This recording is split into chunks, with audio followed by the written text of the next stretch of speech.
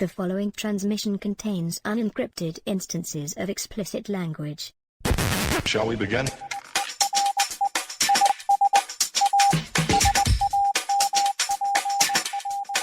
Let's begin. By the 1970s, famed director Fred Zinneman had largely lost faith in the Hollywood studio system. But when Universal offered him a chance to direct a suspense film where everyone already knows the ending, he just couldn't resist the challenge. I'm Todd. And I'm Dave, and we like to talk about spy movies. It is time to talk about the mother of all modern assassin movies, The Day of the Jackal, and this episode is Spies Like Us. The Day of the Jackal is a 1973 film, historic fiction, so it's got a very historic setting, but the actual events we're going to talk about in the movie didn't necessarily occur. The events were shown occur in 1962 and 1963, although many critics noticed that there was no attempt to make it look like 1963. Everything in the movie, like clothes, hairstyles, cars, everything is pure 1973. Not only that, everybody's got a British accent, and they're supposed to be French. That drove me crazy. I was going nuts. I thought these were all British people, and then I realized, oh, they're French. And then real British people came, and yeah. I actually kind of thought like the real British people just went out of their way to be extra British. yeah. Just be I could just imagine the director. I want you to be as British as possible. Right. I want you to be French. Oh, like this? Yes, just like that. Like that's how I feel the direction went. Featured agencies. We have the French SDECE, which is featured but not explicitly named, but that would be the agency that would be involved here.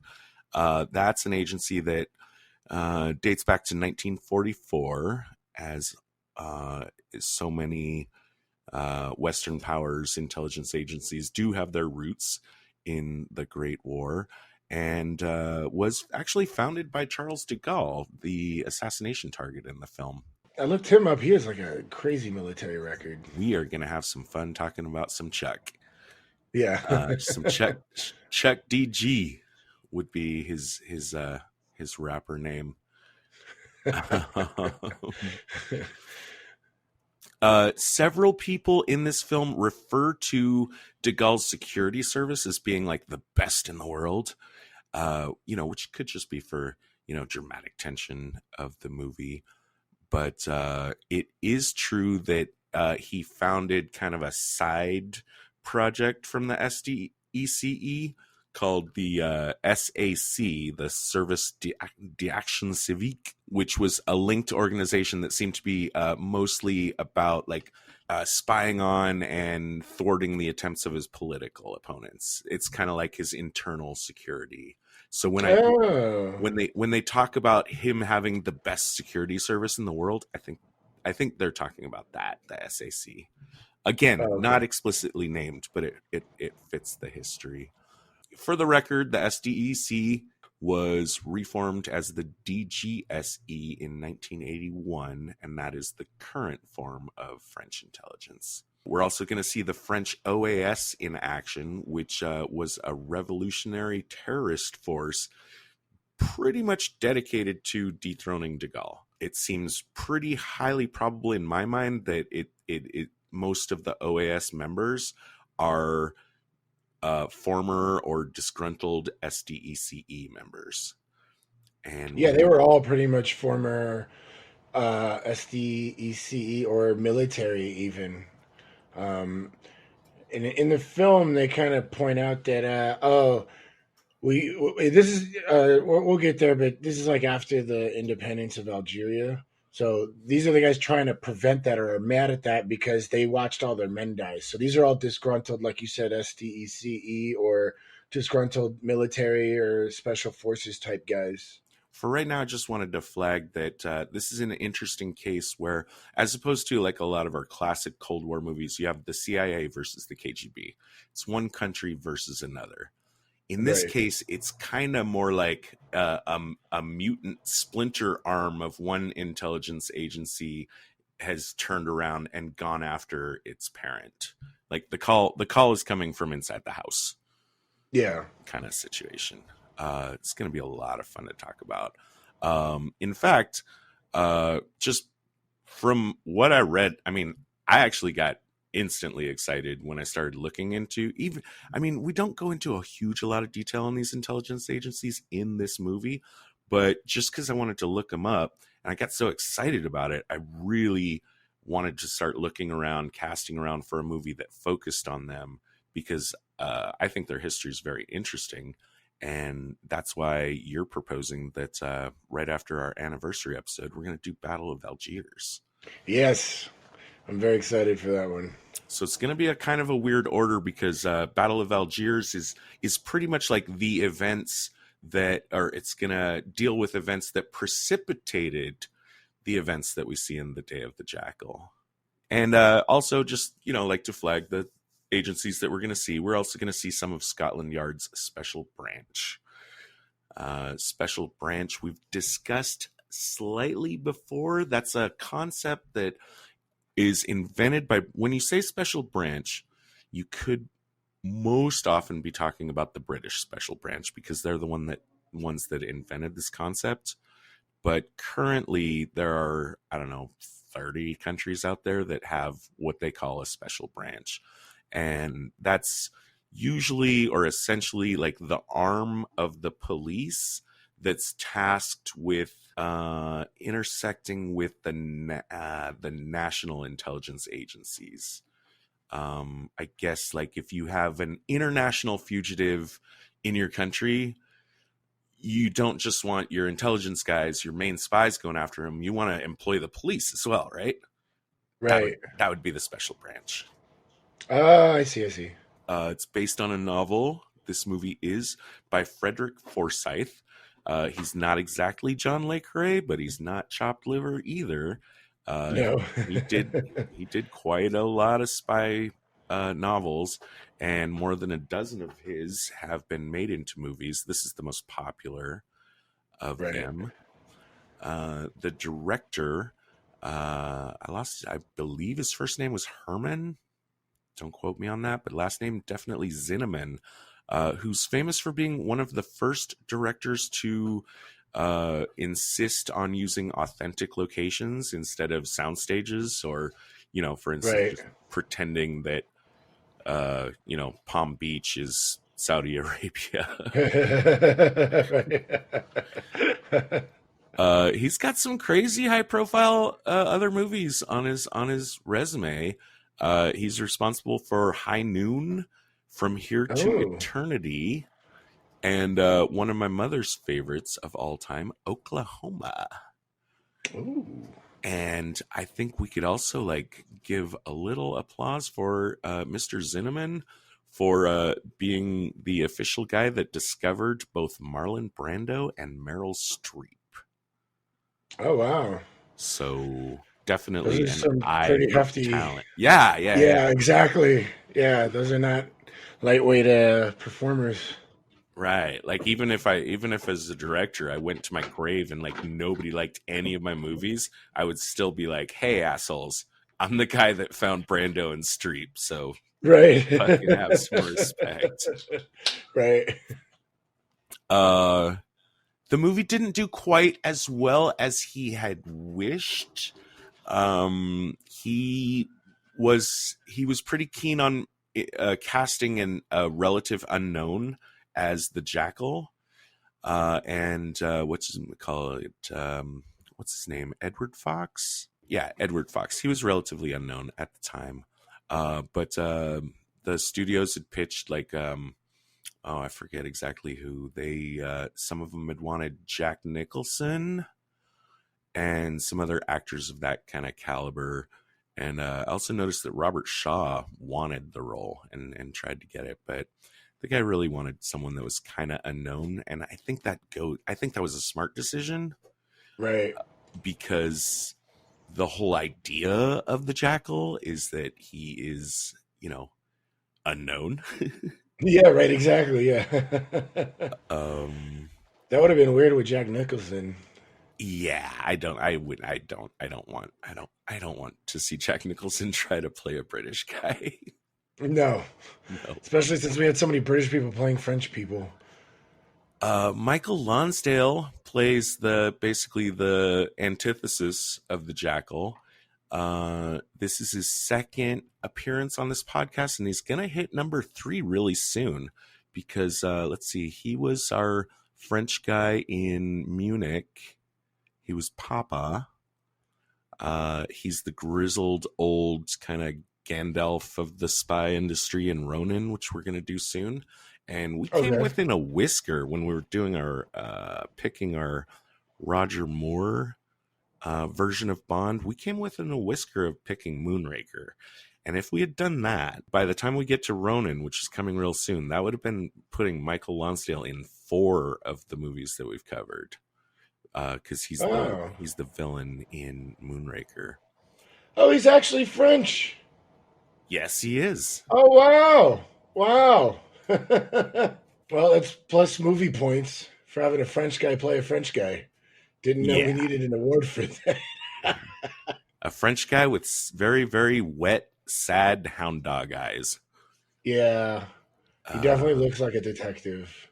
yeah, he looks like he doesn't get nearly enough sleep, which is always a good look for a detective in these kind of movies.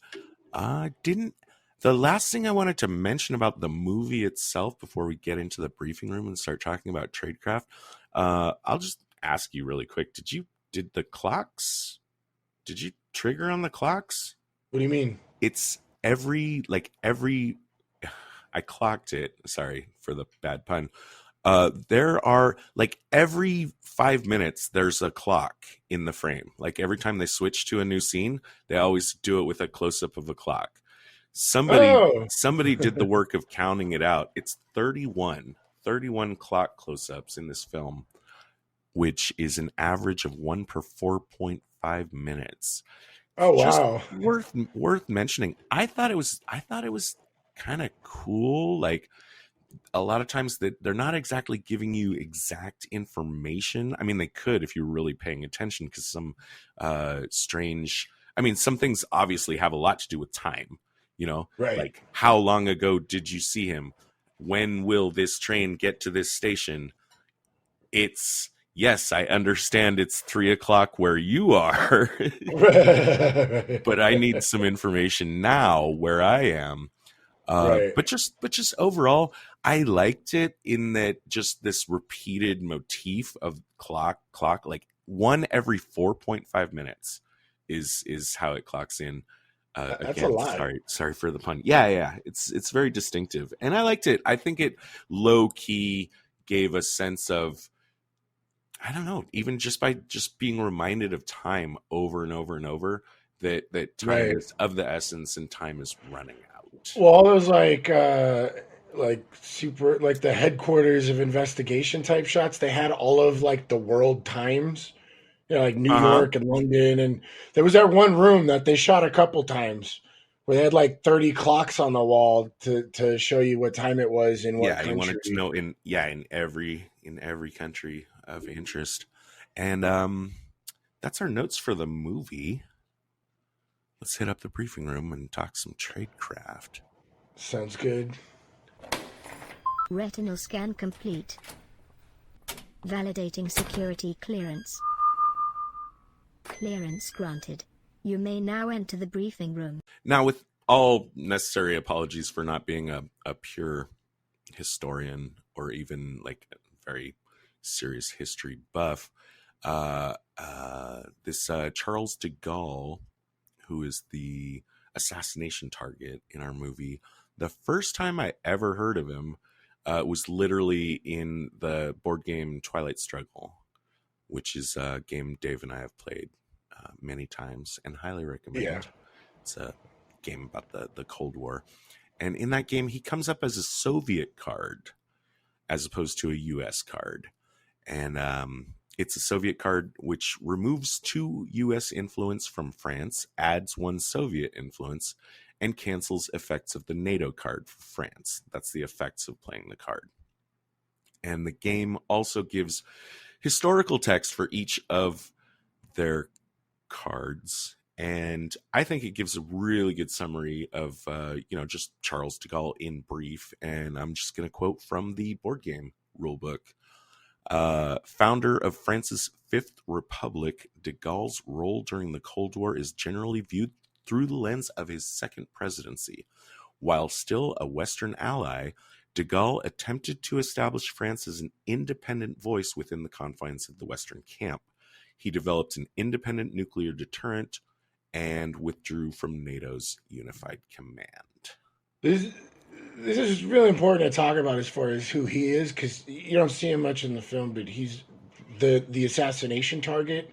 And this is really important, mainly because he granted the independence of Algeria. And if you don't understand or know what that's all about, basically sometime around 1830, France invaded Algeria and like colonized it. And if you want to understand the bad blood between these two countries and why the revolution for Algeria's independence happened, just think Spain and South America. Like they just mowed down all of their leaders and raped all the women and rode off on all the horses type of thing. So the colonization of Algeria over that period of time created a lot of animosity. So when the uprising of Algeria to fight, and I think it was like 8 years, there was all, and like we said, we're probably going to talk about the Battle of Algiers Right. for our next episode. Okay. So you said they first invaded in 1830. When you say 8 years, you're talking about like the most recent 8 years. Right, correct. Like prior to the film, it took 8 years for them to gain their independence, and we're talking that uprising, something like 54 to 62, around there. Yeah, something like that. Like in the 1950, like the Battle of Algiers, which we're going to talk about next episode, was in 1956 to 1957. So, this film takes place right after de Gaulle granted independence to Algeria, and de Gaulle is a target of the OAS mainly because to him he liked the idea of independence, and so he didn't want any colonies. And so the OAS is made up of these like disgruntled French intelligence, French special forces, military guys that are, they're described as right-wing nationalists that are really angry. And in the film, it's kind of portrayed that like, hey, our men died fighting the Algerians, and now de Gaulle wants to give them, all this like free independence and stuff like that. Forget that. They were the Algerians during their revolution were just as brutal back to the France. Not that, we should really fault them considering their colonization, but it's just so you know that there's a lot of bad blood going on between these two militaries. So a lot of the OAS is just really pissed off that they gave up their lives and their men died and all that stuff to prevent the independence of Algeria. And here de Gaulle is just like granting them independence after such a brutal war. Yeah, apparently they even went so far into commit a large number of bombings and murders in France to try to stop the independence from happening. So these guys were like, not happy. Not at all. And so that's where we start the film, is after the independence had been granted, the OAS has decided to try and target de Gaulle. And, I think it starts out with their first attempt, which fails mainly because they tried to hit like a moving car. It wasn't really well planned out. And I think the film did a good job of pointing that out. There's this kind of cool little signal from one of the OAS members for a bunch of guys with machine guns. And they're like submachine guns. So like, I believe de Gaulle could have survived that. And it sounds like that actually happened. I think this is the only historical moment in the film. Yeah, is that failed assassination attempt. This part is total history. So we can compare, briefly, like what we know from history and what we see in the film. It's not too different. I mean, one of my first thoughts just watching the movie, because we have the Lonsdale voiceover that's like, 140 shots were fired and 7 hit the car or pierced the car, which my thought was like, wait a second, you shot 140 shots and only 7 hit the car? Like, wow, that Right. sounds pretty lousy. The wiki will give you from the historical event a 187 shots fired, even though it's, let's see, 14 pierced the car. It's still not great numbers, but I think maybe it's not so much that they were just missing like crazy, that maybe that the car was just that well heavily armored. Even two bullets hit the tires, but those were also armored and didn't slow it down. Which brings me though to my other like thing, which definitely from what I'm seeing in the movie, the car's driving really fast. For one thing. And even just right after they open fire, like it's at an intersection, another car like just happens to like spill into the intersection like immediately after. I really think like they could have made some kind of attempt to like block or stop the car. Just fucking pull a truck out. Right, yeah, exactly. Or something. Push a car out there or something. Because yeah. And then they would have got him. But yeah, super famous at the time. Like this was an assassination attempt that the entire world, was hitting in their headlines.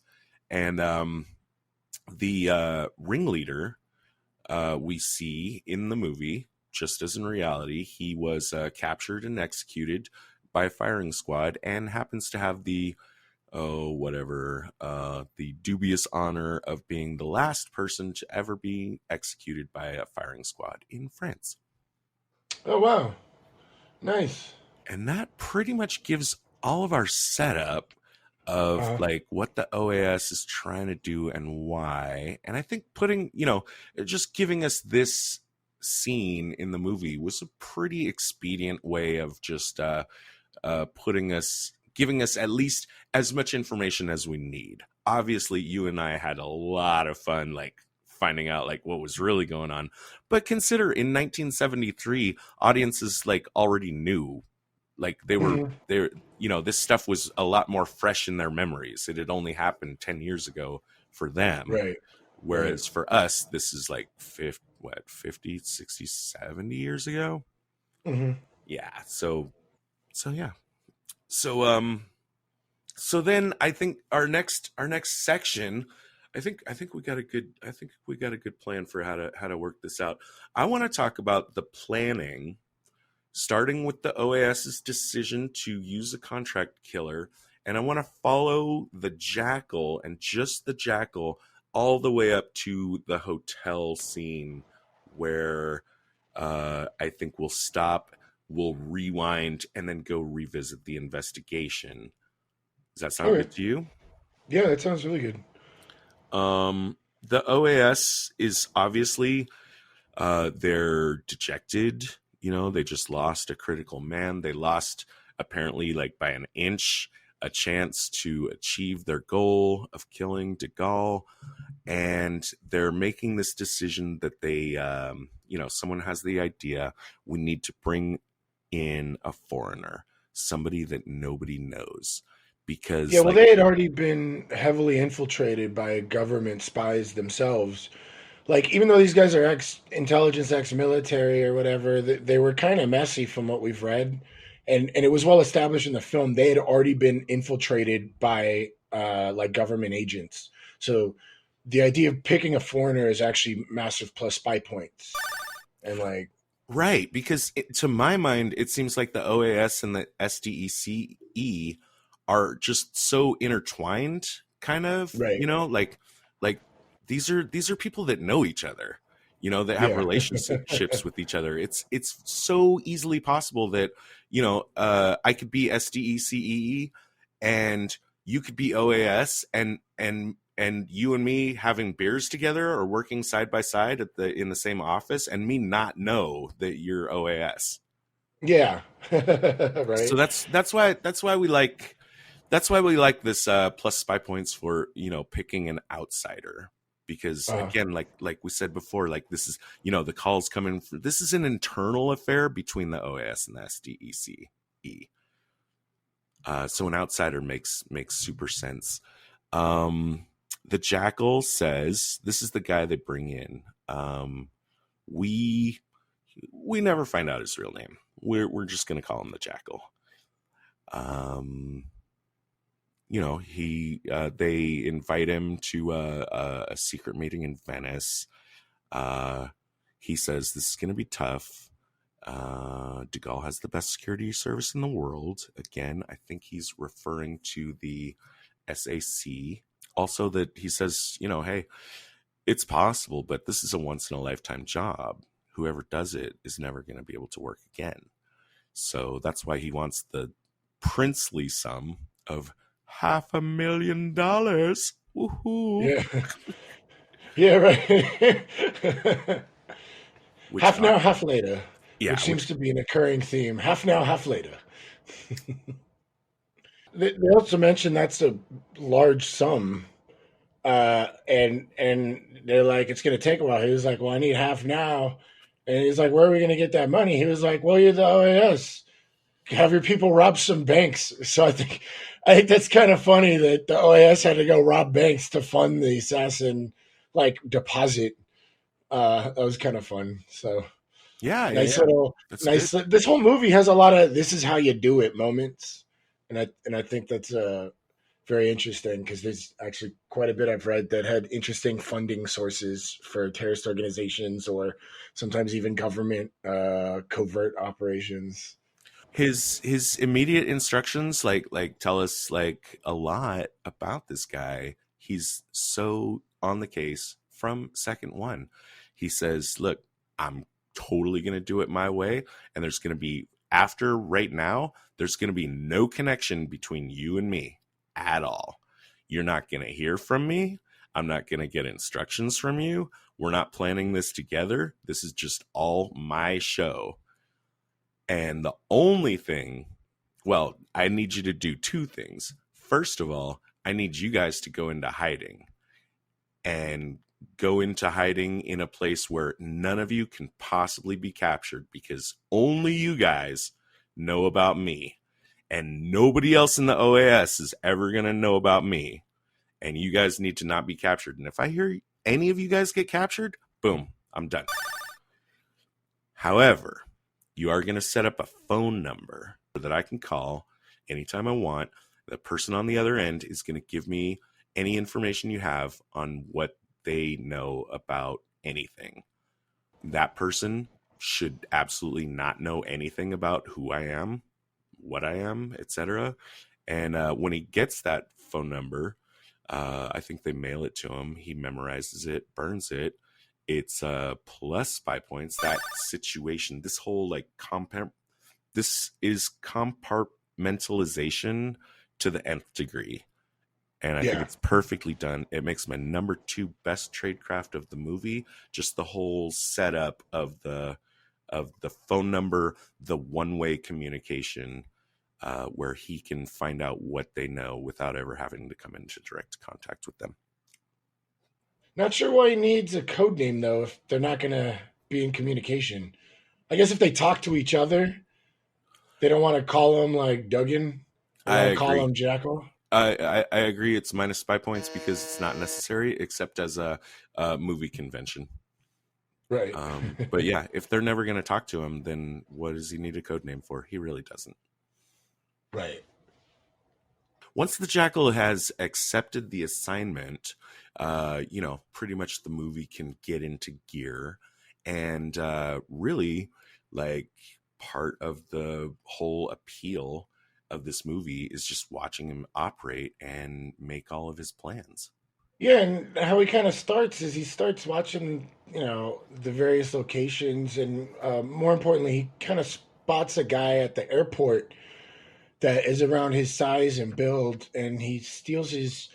It's a guy with glasses. He steals his passport so that he can look like the guy.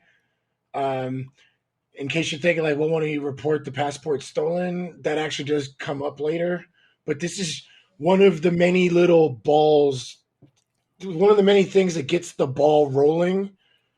And what he does is he goes to Genoa with the dug-in passport. That's a different passport. He's not only stolen one passport, that's right. Yeah, he's begun forging another identity. The Duggan identity is actually, I think that's the first thing he does. He visits a graveyard and he finds the headstone of a child that died shortly after birth, but has a similar birthday of him. I believe. Overall, he's going to have 3 identities, and he's getting all of them ready in advance. There's the Duggan identity. Well, the first one, I guess, is to him to start the Duggan identity. And one of the things I noticed with the passports is you need an entrance stamp and an exit stamp. And I think what he's doing is dodging certain entrance and exit stamps at the beginning so that he could manufacture this persona of Duggan and not have a trail behind Duggan. And so the idea of stealing the passport, it does trigger some issues for the investigation's help, but because it's separated from the Duggan persona, that's what I was saying. It's kind of just getting the ball rolling for him and finding the headstone and the birth certificate. And that's when he files to get a birth certificate and a passport, and he gets some forged like driver's license stuff. All of this, is to create the Duggan persona. And he does as much as possible of it by mail, and not in person, right? From what I see. And he goes to Paris to kind of figure out where the shooting's probably going to take place. I really liked, we'll talk more of this as it goes on, but the pre-planning that he goes through took like months. Yeah. Right? Yeah. And the date of the shooting, where he's going to shoot from, like everything was well pre-planned, which I guess for a job of this caliber, you better have all your ducks in a row, because it's not going to work, because you're going to have to go through a lot of improvisation on the way anyway. So you might as well try and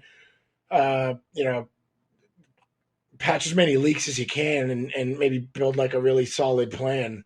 A large amount of the first half of this movie, at least, is just watching him go through his meticulous planning, and I love every bit of it. You mentioned that he travels to Paris so that he can, and that I believe I'm pretty sure is on the Duggan passport. Because later they're going to know that Duggan went to Paris and then went back to London and just hung out there for a while. Right. So that's he's got that one identity. The second identity is going to be Lundqvist. That's the guy with glasses that he stole the passport from. And the final identity is going to be of a wounded, World War II Army veteran. And I like the fact that he bought the disguise clothing for the war veteran while he was in Paris. Why I think that's interesting is because, well, for one thing, I don't know if they sell berets in London as much as they do in Paris. Yeah, right. But also, I could be wrong about this, but I think that clothing in the 1960s, especially in France, was like kind of more like a local operation. And, like buying a French suit and a French beret in London might not look as authentic as one that's like literally from this neighborhood, like from around the block. Yeah, it's kind of like those like super crazy snipers, the like really heavy camouflaged ones. They build their weed suits out of the plants in the area.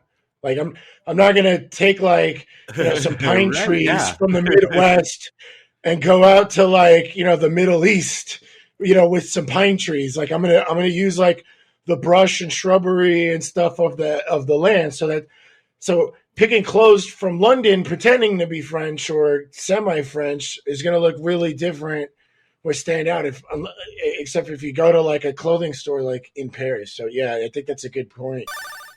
One of the other things is the forger talks about using cordite to look sick and gray. He used to do it in the military when they wanted to get out of duty. You'd feel sick for about an hour, but then you'd feel great, but you would still look gray for the rest of the day. This is going to be big later. So he ends up buying all this cool stuff for like dyeing his hair and, just changing his appearance. And, he's going to go through a few different identities. After he gets all his makeup stuff, he goes back to the forger to get the documents that he had forged. And this is where the forger has, before he left the forger originally, he said, look, I'm going to need all those pictures back and all those documents I gave you back. And when he gets back to pay the forger the other half, because, half now, half later, like all over, the forger's like, hey, remember those pictures and that stuff you wanted back? I hid them somewhere. Here's the key. And I think what you have is probably got to be worth £1,000. And he begins to like blackmail the Jackal. And the Jackal, there's a couple things I want to talk about this, but number one, I want to flag this as my number 3 worst tradecraft. Not only is it bad for business, like you're obviously in like a black market, like forging documents business. I'm sure you're not like doing work for like, nuns here. Like, you're doing work for some shady people. You should know not to mess with these guys that you're selling these like documents to. Plus word's going to get out in the like canals of the black market that you kind of like are blackmailing people. But number 2, it's just a bad idea because, you don't know who this guy is and it sounds pretty serious. And I think he's like more focused. His greed's getting the best of him. So that's why I made my number 3 worst tradecraft. But after the blackmail, the Jackal kind of plays it like, okay, yeah, you're right. They're valuable. £1,000 sounds fair. And so, all right, well, we'll go meet somewhere else. And the forger's like, no, we'll meet here. This is a very private place. No one knows about it unless I bring them here. Aha. So this is where the Jackal goes, aha, this is a nice place to kill someone. And he makes the forger feel very comfortable, kills the guy and stuffs him in a bag. And I was like, well, what about all this stuff? And I was like, wait a minute. If it's in a hidden location and there's only one key, right? He doesn't have to worry about anybody getting the pictures or documents. They're locked away somewhere safe. And now he's eliminated somebody that knows him. But one thing I wanted to ask, like, do you think the Jackal, when he goes, oh, we got to meet somewhere else, was he trying to elicit about whether or not this would be a good place to kill the guy? I didn't think that, but after you mentioned it, I looked at the scene again, and I think you're correct. This is the level of an assassin we're talking about here, just so you know. And I just want to throw in my quick plus 5 points on the Jackal on this one for the fact that, he's getting paid $500,000. £1,000, it's worth it, Right. But I think the Jackal is smart to kill this guy because he's proven himself untrustworthy, and I think the Jackal also knows, like, if I pay the $1,000, then the guy could, then the guy really knows he's got something on the hook. Right. I could keep coming back, maybe. Yeah, something like that. Trustworthy, though, is the gunmaker. Although, quick note, I think there's some discussion on whether or not the Jackal killed the gunmaker in the novel, but the gunmaker in the movie definitely seems like a stand-up guy. Very professional. Mm-hmm. Very I love the questions he asks, like, what's the range you need? Like, what's the range? What's the situation? Blah, blah, blah. Moving target, stationary. Right. Are you taking the shot? The Jackal makes a certain suggestion about the kind of gunpowder, and the guy says, oh, no, you don't want that. You're going to want this. Yeah. And I'm not a gun expert at all, but a couple people did not like the idea of using explosive rounds in this situation, saying that would be extra weight in the bullet, which would impair accuracy, and also it's funny because like the bullets he uses at the end, like, they don't actually explode. Right. So except for getting the cool melon exploding scene, Yeah. the exploding rounds were possibly not super realistic, but I can't comment directly on that one. I do love that scene. I don't know what it is about it, but that scene where the Jackal takes his new toy out, where he buys a melon from the market Yeah. and he dials Right. in his sights. I distinctly remember. I don't even remember when I first saw this movie. I think I was like watching it like on IMDb, like super late at night, and just kind of like, oh, this is kind of cool or whatever. But for some reason, Right. this sequence was when I really started to sit forward and pay attention. It's a cool scene. I enjoy it. It's fun. But what I really liked was him hiding the rifle in the car parts. Yeah, yeah, Uh, yeah, yeah. he rents a car. It's like a nice little, sports car. And like there's some pipes. I don't know anything about cars, but like under the car there's some pipes that he kind of cuts out and hides them in there, which is important for him to get across the border later. Yeah, and this it's a genius gun. That's super like lightweight. It's not meant to carry you through a campaign. It's not meant Right. to carry you into combat. It's just meant to be like incredibly concealable and just Mhm. do one job at Yeah. one moment in time. It's great. It's a great gun. That's pretty much all of his like major preparations. He needs the gun, and he needs to prepare his 3 identities.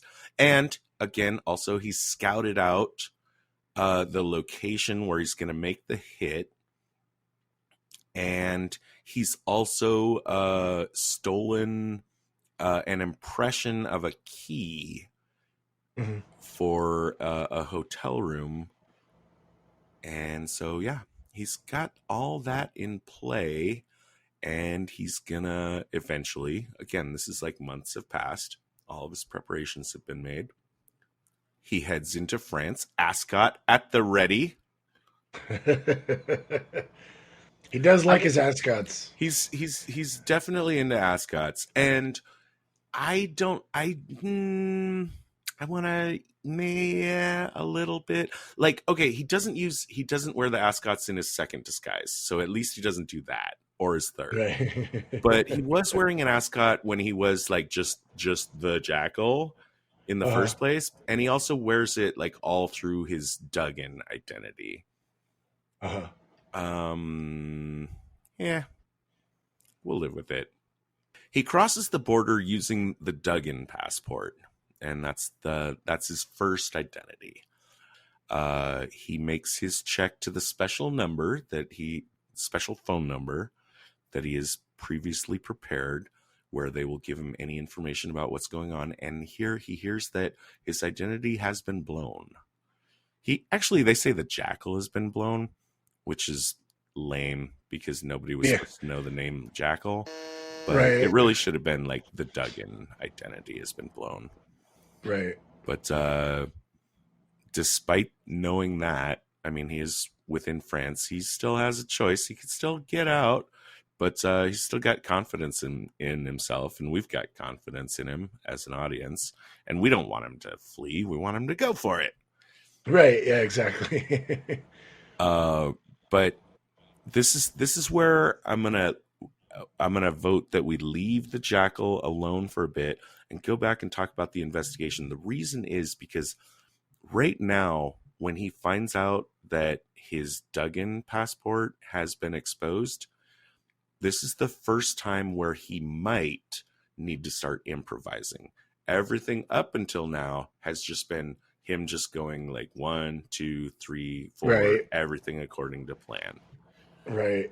But before we get to that, there's also this tiny little subplot of the movie with Denise. You want to tell us about that one? Denise is sent by the OAS to kind of seduce one of the ministry. Just so the audience knows, the idea of an assassination attempt on de Gaulle has gotten to the government, and there's just a room full of government people, military, civic, whatever, that are involved in this. And there's, I don't know, it looks like maybe like 12 of them.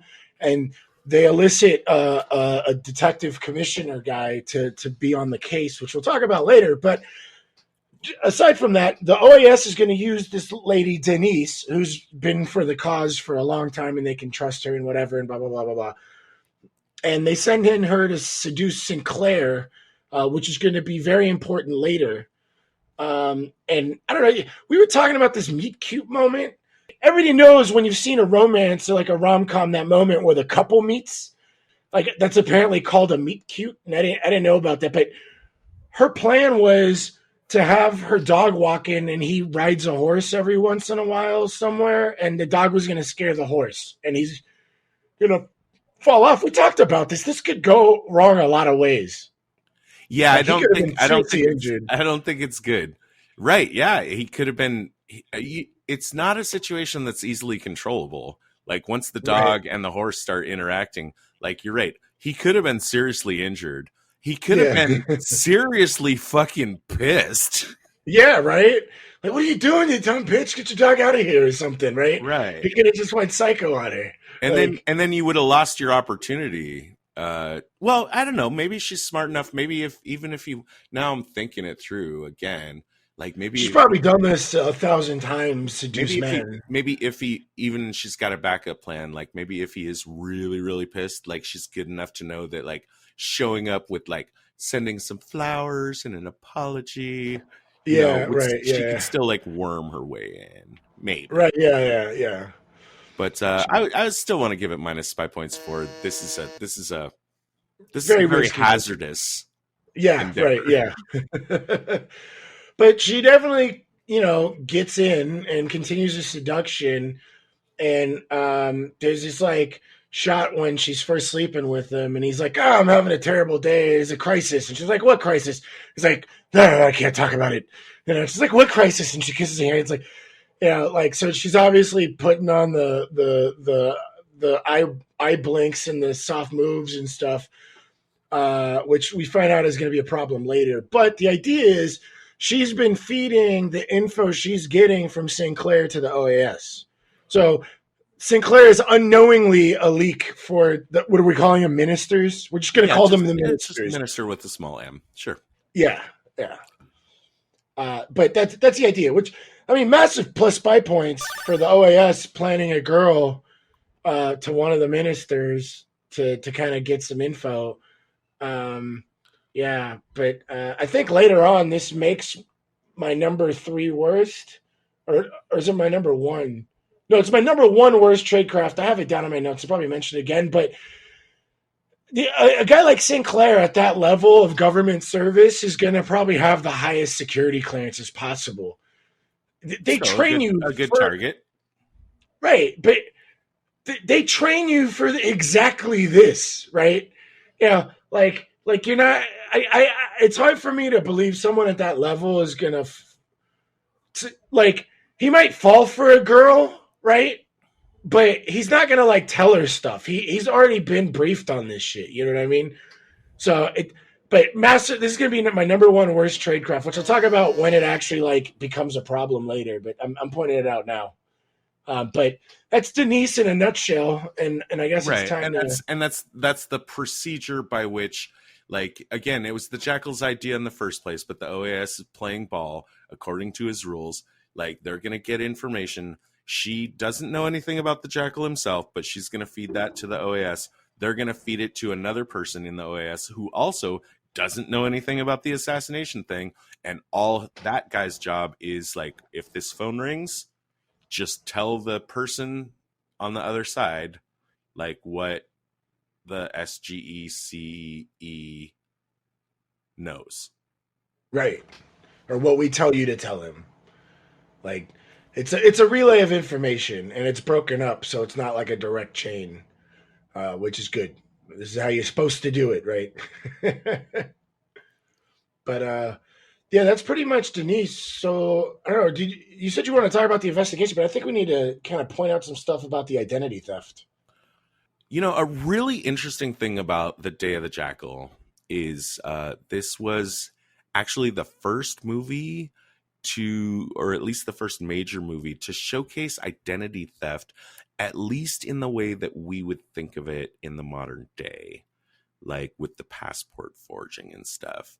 I mean, yeah, I mean, you could have movies where like someone, I don't know, murdered a count and like took over his castle and pretended to be the count or something. But Right. Yeah, you know, right. this is the first movie where audiences saw like this kind of paperwork shenanigans and what could be done. And Forsyth, the author of the novel, researched it heavily, and what he was finding out was alarming to him.